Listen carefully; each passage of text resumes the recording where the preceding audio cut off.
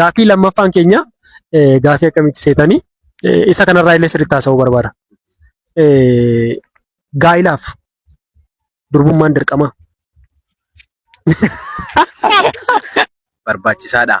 Isa jettee barbaachisaadha yoo ta'u taane dirqama akka dirqamaatti ilaalama waan ta'eef waanichi. Maal jettaa?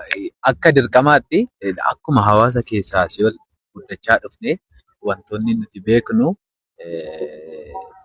kabajichi barbaachisummaa qofa yoo osoo hin taane abbuma sana barbaachisa yoo beekta. Abbuma sana taluma sana. Taluma santu itti kabajama. Ishumatu itti maqaa godhata. Ilma dhiiraa san miti jechuudha. Ilaali fakkeenya amma ilmi dhiiraa tokko osoo gara biraayyuu deemee dhufee wanti ittiin adda baastee beektu hin jiru. Yoo ofii isaatii nama sanatti baasee dubbateen alatti wanti ittiin adda baastu hin jiru.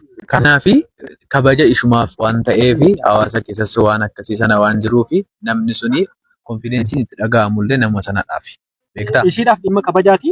Abbaa manaatiif garuu amantummaadha. Namaaf sitti fakkaata. Amanamummaa ilaali moor hanga barbaade jaalachuu dandeessa. Nama sana namni sun haa dhabus haa qabaatus waan sana miti nama sana akka dhiyaattu kan si taasisu jaalaladha jalqaba. Garuu moor wanti sun yoo jiraate amantummaa nama sanaa jaalalatti nama sanaaf qabdu kabajni suni si biratti dabalaa deema. Malee hin hir'atu. Garuu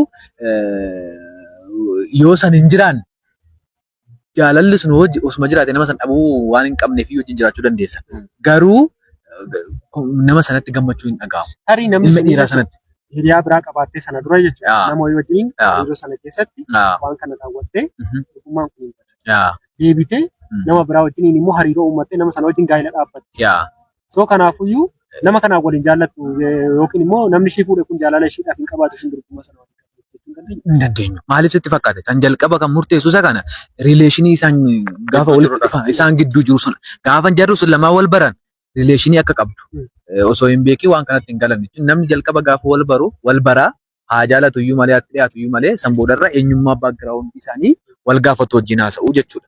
Kanaan dura hiriyaa qabdaa hin qabdu kan jedhu sana jechuudha. Itti amanee galee namni kun garuu itti amanee yoo galeeyyuu waan sana duuba isaatti hin jiraata. Haa dubbachuu baatu malee baasee jechuudha. Amma bakka waan tokko si gaafadha. Na gaafadha. Gaaffii isaa gidduutti dhaabee jechuudha. Hiriyaa qabdaa hin qabdu. Waan kana gaafate malee waan biraan gaafate. Hiriyaa qabdaa hin qabdu malee hiriyaa wajjin turte sana wajjin tariitti miira waan kana. Raawwateef ta'a waan kana. Hin gaafata. Gaafatamuu danda'a. Baasee kan akka walitti haasaa keessa santu murteessa. Nama san faana rileeshinii akkamii qabaachaa turte? Waa tokko kaasuu bakka kanatti.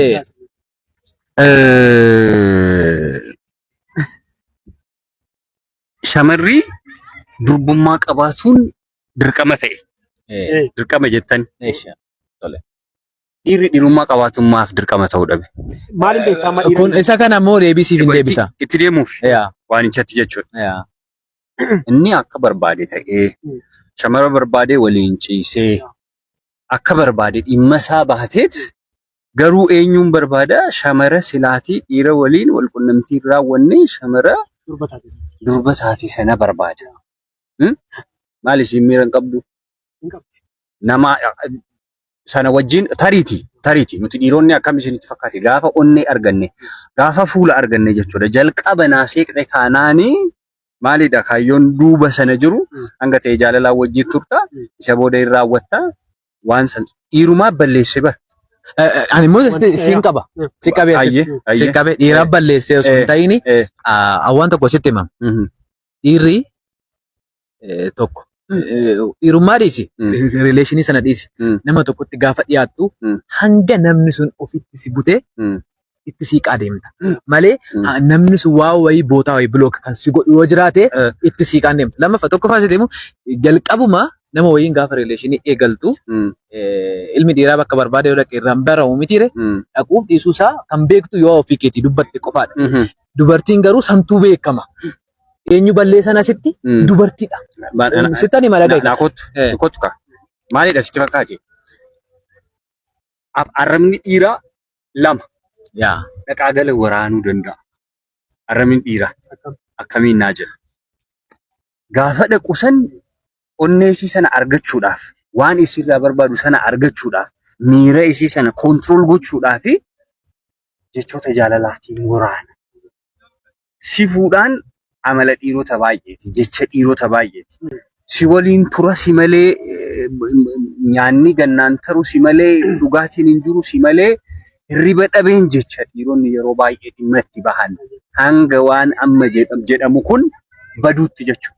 Parsantii 100 keessaa parsantii 2 gahanii warri waan kana waliin balleessanii san booda jireenya achiin boodaa waliin tolchan jechuudha. Argattee? Kanaaf jalqaba dhaqee inni isaa balleessuu baatu waan godhe kan amansiise jechuudha. Shamarreen gudeedine hanguma ammaa kanaatti jechuudha. Argattee? Gurbichuma. Ilaa badii eenyu kennuu deemaa jirta? Hanga isiin ufitti sabutteetti inni waan barbaade yoo raawwate yaada jedhu wayiin argatu. Wantichi hin jira garuu akkuma ati amma jette kana yaadichi gara sanatti haa deemu malee gamalachuu bira hin jiraata. Ani immoo waan dubbadhu keessaa tokko namni si jaalatu, namni boru si karoorfatu, waan wayii si gaafatee waan sanaa lakki yoo jette namni nin deema jedhee waan akkasiitiin doorsifama. Adda baanaadhaan jechuudha. Nin deema taanaani wanta amanuu qabdu kun yoo hin jiraanne namni kun nan jaalatu.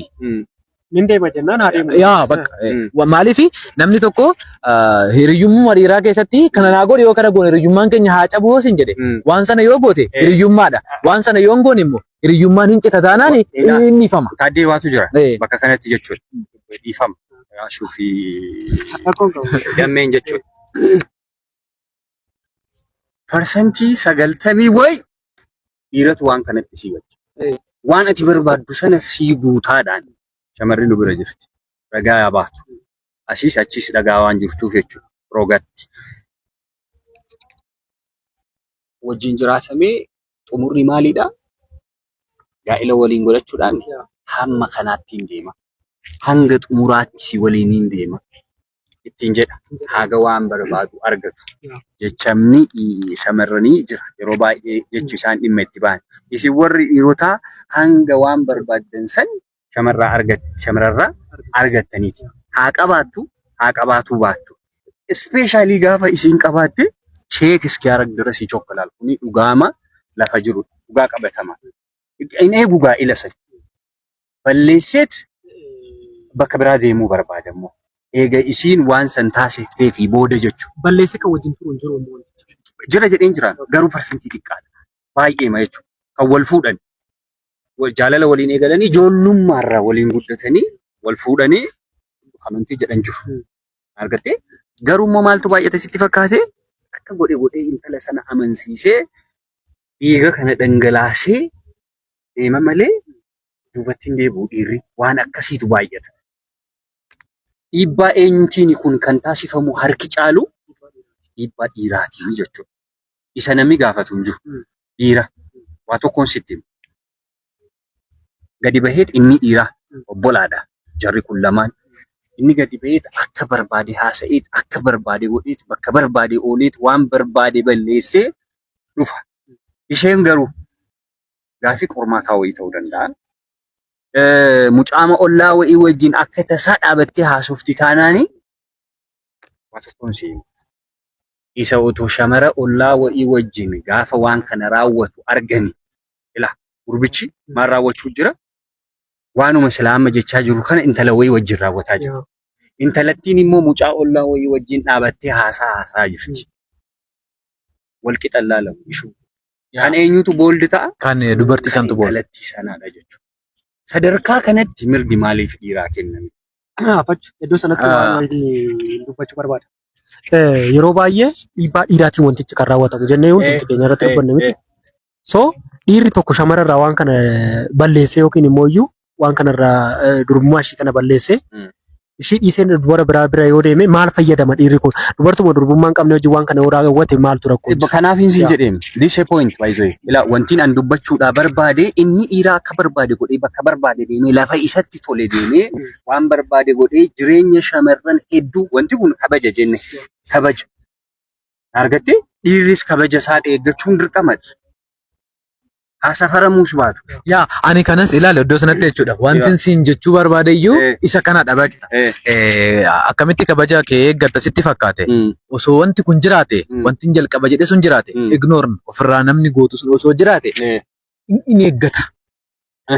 In eeggata. Amma namni akkuma bifti keenya gargari, amalli keenya gargari, fedhiin keenya gargari miti wanti hundi namoonni hin barbaanne jira waan sana kallattiin jechuudha. Namoonni barbaada garuu parsentiin 99 kallattiin hin barbaada. Waa tokko si kaasa Wataaddii bakka kanatti kun kiraateeriyaa maayyoo otoo ta'uu baatee baay'ee natti tola. Kabaja jedhamee shamarris kabaja ishee sana ofirra haa eegdu. Dhiirris immoo influence gochuu haa dhiisan. Dhiironnis deebiin koo gabaabaa isuma kanadha. Akkas wanti ani barbaade iyyuu dirqamadha isan ashuun naan jedhee fi eeyyeen dirqamadha. Gaa'ila keessatti nama wajjin gaa'ila godhatu san keessatti waan sun jiraachuun dirqamadha. Maaliif jara sun lamaanii walitti amantummaa uuma beekta. Waa tokkoon sitti maali? Dirqama miti baay'ee. Hin jiraatu garuu wanti sun akkatti wajjin jiraatu kan saasisu jaaladha. Waliigaltee namoota san faana qabdudha. Garuu mor osoo jiraate bareeda ta'a. Waan kana dammeen nuuf haa xumurtuuti. Ani garuu waa tokko gabaabseen kaasa. Dammeefis ati dubbadhuuti dammeetti dabarsi. Baay'ee ilaa maaltu jira sitti fakkaata? Dhiiga dhangalaasuun amala seexanummaadha.